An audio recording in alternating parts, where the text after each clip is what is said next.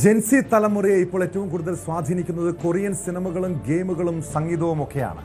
School കുട്ടികൾ മുതൽ കൗമാരക്കാർ വരെയും ഡ്രാമയ്ക്കും ഫുഡിനും അടിമകളായി മാറുന്ന കാഴ്ച. കൊറിയൻ സംഗീതവും സിനിമകളും നൽകിയ വലിയ സ്വാധീനം അവരുടെ ജീവിത രീതിയിലും ഭക്ഷണത്തിലും ഉൾപ്പെടെയുണ്ട്. കൊറിയക്കാരായ യുവാക്കളെ പ്രണയിക്കുന്ന മലയാളി പെൺകുട്ടികളെക്കുറിച്ചും ഈ അടുത്ത കാലത്ത് കേൾക്കാൻ കഴിഞ്ഞു. എറണാകുളം തിരുവാങ്കുളത്ത് സ്കൂൾ വിദ്യാർത്ഥിനി പാറമടയിൽ ചാടി ജീവനൊടുക്കിയതോടെയാണ് അവളുടെ സാങ്കല്പിക കാമുകനെ കുറിച്ച് കേട്ടത്. സമാന രീതിയിൽ കൊറിയൻ ഗെയിമുകളുടെ അടിമകളായി ജീവനൊടുക്കിയ 3 സഹോദരിമാരെ കുറിച്ച് കൂടി അറിയണം. ഉത്തർപ്രദേശ് ഗാസിയാബാദിലെ പെൺകുട്ടികൾ ആത്മഹത്യ ചെയ്തത് ഓൺലൈൻ ഗെയിം കളിക്കുന്നത് വിലക്കിയതിൻ്റെ നിരാശയിലാണോ, അതോ ഗെയിം ടാസ്കിനെ തുടർന്നാണോ? കൊറിയൻ പ്രേമം നമ്മുടെ പുതിയ തലമുറയെ നശിപ്പിക്കുകയാണോ? സ്പോട്ട് ലൈവ് പരിശോധിക്കുന്ന ഇതാണ്. കൊറിയൻ ലൈഫ് സ്റ്റൈല് നമ്മുടെ പുതിയ തലമുറയെ അപകടത്തിലേക്ക് നയിക്കുകയാണ്. ഹരികൃഷ്ണൻ ചേരുന്നുണ്ട് ന്യൂസ് ഡെസ്കിൽ നിന്നും. ഹരികൃഷ്ണൻ, നമ്മൾ ഈ സമീപകാലത്ത് നമ്മുടെ പുതിയ തലമുറകൾക്കിടയിൽ ഈ ഒരു കൊറിയൻ ലൈഫ് സ്റ്റൈല് വളർന്നു വരുന്നുണ്ട്. അതിലേറ്റവും പ്രധാനപ്പെട്ട കാര്യം, ഒരു സ്കൂൾ തലം മുതൽ തന്നെ കുട്ടികൾ കൊറിയൻ സിനിമകൾ കാണുന്നു. കൊറിയൻ സംഗീതം, ഡ്രാമ, അവരുടെ ലൈഫ് സ്റ്റൈല്, ഫുഡ് കൾച്ചർ, അങ്ങനെ ഒരു പൂർണ്ണമായും വല്ലാത്ത രീതിയിൽ ഇപ്പോഴത്തെ തലമുറയെ ഈ കൊറിയൻ ലൈഫ് സ്റ്റൈൽ സ്വാധീനിക്കുന്നുണ്ട്.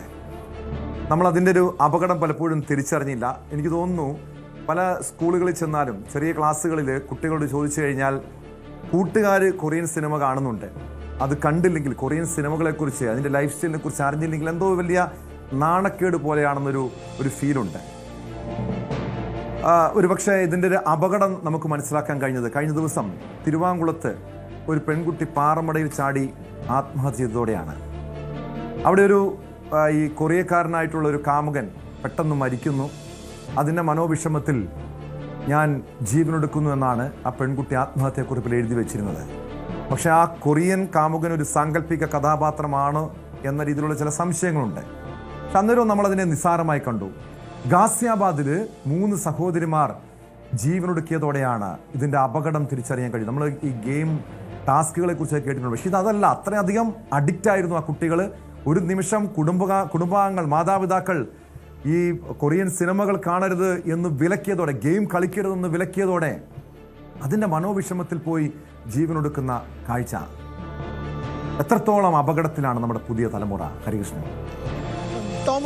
ടോം വളരെ ഭംഗിയായിട്ട് തന്നെ അത് ബ്രീഫ് ചെയ്തു. ഏറ്റവും പ്രധാനപ്പെട്ട കാര്യം, ഈ യുവതലമുറ ജെൻസി കിഡ്സ് എന്ന് പറയുന്നത്, നമ്മൾ ഈ പറയുന്ന ഇതുപോലെ എൻ്റെ സുഹൃത്തുക്കൾ കൊറിയൻ സിനിമകൾ കാണുന്നു, ഇത് ഇൻഫ്ലുവൻസിനേക്കാൾ കൂടുതൽ ഇത് അഡിക്ഷനായിട്ട് മാറുന്നൊരു കാഴ്ചയുണ്ട്. എന്തിനാണ് പറയുന്നത്? 2020 സെപ്റ്റംബറിൽ ഭാരത് ജോഡോ യാത്രയുമായി ബന്ധപ്പെട്ട് രാഹുൽ ഗാന്ധി കേരളത്തിലേക്ക് വന്നപ്പോൾ രാഹുൽ ഗാന്ധി കുട്ടികളുമായി സംസാരിച്ചപ്പോൾ ഒരു പറ്റം പെൺകുട്ടികൾ പറഞ്ഞാൽ ഞങ്ങൾ BTS ആർമി എന്നാണ് വിളിക്കുന്നതെന്നാണ്. അതായത് ഞങ്ങളെ തന്നെ വിളിക്കുന്നത് BTS ആർമി. രാഹുൽ ഗാന്ധി കേട്ടിട്ട് ഷോക്ക്ഡായ വാർത്ത ഉൾപ്പെടെ നമ്മുടെ മുന്നിലുണ്ട്. ഇത് 2020 കാര്യമാണ് ഞാൻ പറയുന്നത്. അതായത് BTS ആർമി കൊറിയയിലെ ഏറ്റവും വലിയൊരു പോപ്പ് കൾച്ചർ അല്ലെങ്കിൽ ഒരു ബാൻഡാണ്. അവർ പെട്ടെന്ന് ഒരു മ്യൂസിക് ബാൻഡ് പരിപാടി നിർത്തുന്നു എന്ന് പറഞ്ഞപ്പോഴുള്ള ഷോക്ക്, ഇവിടെ ഉണ്ടാക്കിയ ജെൻസി തലമുറയ്ക്കിടയിൽ ഉണ്ടാക്കിയ ഷോക്ക്, അവർക്കുണ്ടാക്കിയ വേദന, സോഷ്യൽ മീഡിയ പലരും നിർത്തുന്ന കാഴ്ച ഉൾപ്പെടെ നമ്മൾ കണ്ടു. അവിടെ കൊറിയയിലുണ്ടാകുന്ന ഒരു ബാൻഡ്, ഒരു ആരാധന നമുക്ക് മനസ്സിലാവും. പക്ഷേ ഇത് അഡിക്ഷനാണ്. അവരുടെ ഓരോ ക്യാരക്ടേഴ്സ്, ഓരോ ബാൻഡിൽ പെർഫോം ചെയ്യുന്ന ഓരോ ആളുകളെ അത്രയ്ക്ക് അങ്ങ് ആരാധിക്കുന്നതിനേക്കാളുപരി ജീവിതത്തിൻ്റെ ഒരു ഭാഗമാണെന്ന് ചിന്തിക്കുന്ന ഒരു പറ്റം യുവാക്കൾ അല്ലെങ്കിൽ ജെൻസിയിൽ തലമുറയിൽ തന്നെ നമ്മുടെ ചുറ്റും ഉണ്ടായിട്ടുള്ള ഒരു കാഴ്ചയും നമ്മൾ കണ്ടിട്ടുള്ളതാണ്. പിന്നീട് ഈ BTS ആർമി വീണ്ടും തിരികെ വരിക എന്നുള്ള വാർത്തയും അതുപോലെ ആഘോഷിച്ച ഒരു തലമുറ തന്നെയാണ് നമ്മുടെ ചുറ്റുമുള്ളത്. അതൊരു വശത്ത് നിൽക്കുകയാണ്. ഇപ്പോൾ ഈ കൊറിയൻ സിനിമകൾ, കൊറിയൻ ഗാനങ്ങൾ അല്ലെങ്കിൽ കൊറിയൻ ലിറ്ററേച്ചർ, ഇങ്ങനെ ഈ കൊറിയനുമായി ബന്ധപ്പെട്ട് അല്ലെങ്കിൽ ഇതുപോലുള്ള ഇവരുടെ ലുക്സ് ആവാം അല്ലെങ്കിൽ ഇവരുടെ വർക്ക്സ് ആവാം, ഇതിലൊക്കെ വല്ലാത്ത ഇൻഫ്ലുവൻസ്ഡ് ആയി പോകുന്ന, കണ്ണും പൂട്ടി നിൽക്കുന്നത് തന്നെയാണ് നമ്മൾ കാണുന്ന കാഴ്ച. ഇപ്പോൾ നമ്മൾ കേരളത്തിൽ സംഭവിച്ച ആ ഒരു കാര്യം തന്നെ അതീവ ദാരുണമായ കാര്യമാണ്. കഴിഞ്ഞ ദിവസം ഇപ്പോൾ നമ്മൾ ഗാസിയാബാദിൽ സംഭവിച്ച കാര്യങ്ങൾ സംസാരിക്കുമ്പോൾ ഈ 3 സഹോദരിമാർ അവരെ വിളിച്ചിരുന്നത് പോലും 3 കൊറിയൻ നാമങ്ങളിലാണ്. മറിയ, എലീസ ആൻഡ് സിൻഡി എന്ന് പറയുന്ന 3 പേരിലാണ് ഈ നിഷി ഇഷിക, പ്രാചി ആൻഡ് പാക്കി, ഇവർ 3 പേരും, ഈ 3 സിസ്റ്റേഴ്സ്, ഇവർ അറിയപ്പെട്ടിരുന്നത് ഈ 3 പേരുകളാണ്. അങ്ങനെ കൊറിയൻ പേരുകൾ ഇവരുടെ ലൈഫ് സ്റ്റൈലിലേക്ക് ഉപയോഗിക്കുക, അതേ ജീവിത രീതി ജീവിക്കുക, ആ ഗെയിംസിനോട് അഡിക്റ്റ് ആവുക, ആ ഷോസ് കാണുക, ഷോസിലൂടെ അഡിക്റ്റ് ആയിക്കൊണ്ട് അവരിൽ ഒരാളായിട്ട് തന്നെ അവർ തന്നെ കാണുക. അങ്ങനൊരു മെൻറ്റൽ സ്റ്റെബിലിറ്റിയിൽ അങ്ങനെ രീതിയിലേക്ക് പോകുന്ന ഒരു തലമുറ കാണുമ്പോഴാണ് വല്ലാത്ത ഷോക്കിംഗ് ആയി മാറുന്നത്. അതുകൊണ്ട് തന്നെയാണ് പാരൻസ് ഉൾപ്പെടെ വിലക്കുന്നൊരു സാഹചര്യവും കൂടി ഉണ്ടായത്. ഇപ്പോൾ ടോം സൂചിപ്പിച്ചതുപോലെ തന്നെ ഈ ഒരു ഇപ്പോൾ കേരളത്തിൽ നടന്ന സംഭവമാവട്ടെ, ഒരു കാമുകൻ ഇൻസ്റ്റഗ്രാം വഴി പരിചയപ്പെടുന്നത് ഒരു കൊറിയക്കാരനാണെന്ന് അറിയുന്നു, എന്നാൽ ആ വ്യക്തി മരണപ്പെട്ടു എന്ന് വാർത്ത അറിയുന്നു. ഇത് ഒരു സാങ്കല്പിക കഥാപാത്രമാണെന്നാണ് ഇപ്പോഴും അറിയേണ്ടത്, അതിൻ്റെ കൂടുതൽ ഡീറ്റെയിൽസിലേക്ക് പോകേണ്ടതുണ്ട്. പക്ഷേ എന്നാൽ പോലും അതിൻ്റെ പേരിൽ ആത്മഹത്യ ചെയ്യുക, ഒരു ആത്മഹത്യാക്കുറിപ്പ് 6 പേജോളമുള്ള ആത്മഹത്യാക്കുറിപ്പ് എഴുതി വെച്ച് മരിക്കുക എന്ന് പറയുന്നതൊക്കെ വല്ലാത്ത ഷോക്കിംഗ് ആണ്. അത് ഇന്നത്തെ തലമുറയ്ക്ക് സംഭവിക്കുന്നതാവട്ടെ, അത് വെറും നമ്മൾ ഇൻഫ്ലുവൻസ്ഡ് എന്ന് പറയാൻ പറ്റത്തില്ല.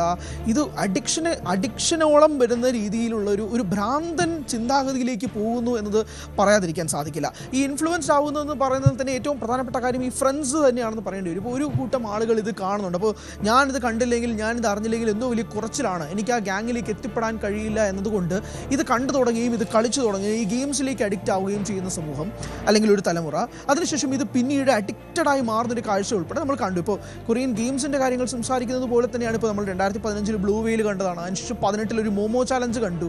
ഇങ്ങനെ ഗെയിംസിന് അഡിക്റ്റ് ആവുന്നത് നമ്മൾ കണ്ടിട്ടുണ്ട്. അപ്പോൾ ഈ Korean culture, Korean games, Korean music, Korean dance, Korean art, Korean literature, അങ്ങനെ ഒരു വൈഡ് സ്പ്രെഡ് ആയിട്ട് ഒരു തലമുറ മൊത്തത്തിൽ ആ ഒരു കൊറിയൻ അതിലേക്ക് പോകുന്നത് അല്ലെങ്കിൽ അഡിക്റ്റ് ആവുന്ന ഒരു കാഴ്ച നമ്മൾ കാണുന്നുണ്ട്. അതിനുവേണ്ടി അവർ ജീവൻ പോലും കളയാൻ തയ്യാറാകുന്നു എന്ന് പറയുമ്പോൾ അതൊരു ഭക്ഷണശീലത്തെ പോലും ഇത് സ്വാധീനിക്കുന്നുണ്ടെന്നാണ് ഈ സമീപകാലത്ത് ഇറങ്ങിയ ചില പഠനങ്ങൾ പറയുന്നത്, ഹരികൃഷ്ണൻ. കാരണം മുൻപ് നമ്മുടെ കേരളത്തിലെ ഓരോ റെസ്റ്റോറൻറ്റുകളിലേക്ക് ചെന്ന് കഴിഞ്ഞാലും ചൈനീസ് ഫുഡിനോടായിരുന്നു പുതിയ തലമുറയ്ക്ക് ഭ്രമമെങ്കിൽ ഇപ്പോൾ കൊറിയൻ ഒരു ഫുഡ് കൾച്ചർ പോലും വരുന്നുണ്ട്. ചോപ്പ് സ്റ്റിക്ക് ഉപയോഗിച്ച് ഭക്ഷണം കഴിക്കുക, അതൊക്കെ അതിനെ ആ ഒരു രീതിയിലേക്ക് നമ്മുടെ പുതിയ തലമുറ അത്രയധികം ഈ കൊറിയൻ ജീവിത രീതി സ്വാധീനിക്കുന്നുണ്ട്.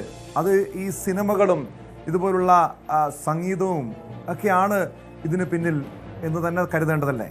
കാരണം ഞാൻ ഇഷ്ടപ്പെടുന്ന അല്ലെങ്കിൽ കൊറിയയിൽ ഇപ്പോൾ ഞാൻ പറഞ്ഞ പോലെ ഇപ്പോൾ BTS ആർമി അങ്ങ് സ്വയം വിളിച്ച് നടക്കുന്ന എത്രയോ ജെൻസി കുട്ടികളുണ്ടെന്നറിയോ.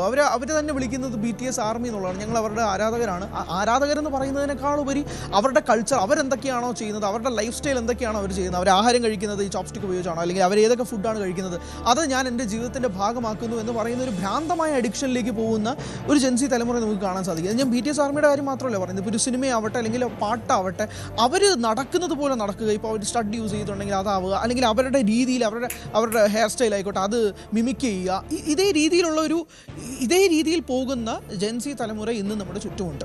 ഇത് അപകടകരമാണ് എന്നത് പറയാതിരിക്കാൻ സാധിക്കില്ല. കാരണം ജീവൻ എടുക്കുന്ന രീതിയിലേക്ക് പോലും കാര്യങ്ങൾ മാറുന്നു. സ്വന്തം മാതാപിതാക്കൾ പറയുന്നത് അനുസരിക്കാതെ വരുന്നു, അവരവരുടെ രീതിയിൽ പോകുന്നു, അവർ കണ്ട ലോകത്തിൽ അവർ അഡിക്റ്റ് ആകുന്നു, ആ ലോകത്തിലേക്ക് മാത്രമായിട്ട് അവർ ചുരുക്കപ്പെടുന്നു, അവർ ആ പേരുകൾ യൂസ് ചെയ്തുകൊണ്ട് അവരുടെ ഐഡൻറ്റിറ്റി ആക്കി മാറ്റുന്നു.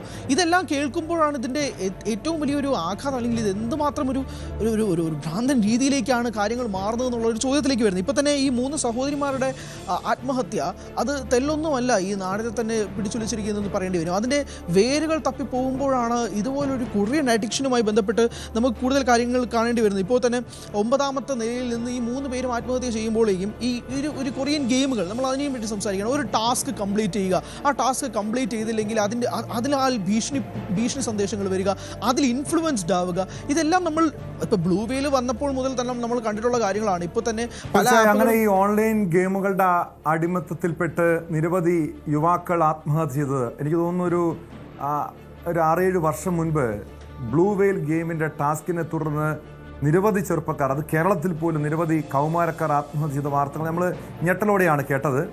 അതിനുശേഷം മറ്റു പല ഗെയിമുകളുടെ ടാസ്കും അത് കുട്ടികളുടെ കൗമാരക്കാരുടെ ജീവൻ എടുത്തിട്ടുണ്ട്. ഒരുപക്ഷെ ഈ ഒരു 3 സഹോദരന്മാരുടെ ആത്മഹത്യയുമായി ബന്ധപ്പെട്ട അത്തരം ചില അഭ്യൂഹങ്ങളുമുണ്ട്, അത്തരം ചില കഥകളും പ്രചരിക്കുന്നുണ്ട്. അതായത് മാതാപിതാക്കൾ ഈ ഗെയിം വിലക്കിയതിനപ്പുറം ഒരു ടാസ്കിൻ്റെ ഭാഗമായിട്ടാണോ ഇവർ കെട്ടിടത്തിൻ്റെ മുകളിൽ നിന്ന് ചാടിയതെന്ന്. എന്താണ് പോലീസ് ഇതുമായി ബന്ധപ്പെട്ട് നൽകുന്ന വിവരം?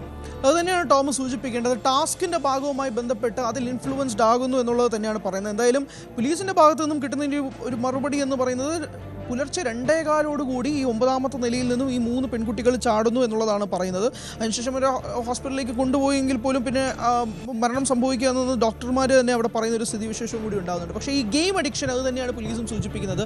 ഈ ഗെയിം അഡിക്ഷനുമായി ബന്ധപ്പെട്ട് ഒരു ടാസ്ക് ലെവൽ ഏകദേശം ഒരു 50 ടാസ്കുകൾ ഉണ്ടാവും. ആ ടാസ്കുമായി ബന്ധപ്പെട്ടത് കംപ്ലീറ്റ് ചെയ്യുക, അല്ലെങ്കിൽ അതുമായി ബന്ധപ്പെട്ടുള്ള പ്രത്യാഘാതങ്ങൾ നിങ്ങൾ അനുഭവിക്കേണ്ടി വരുമെന്നുള്ള ഭീഷണി ഇത് നമ്മൾ ബ്ലൂ വെയിലും കണ്ടതാണ്.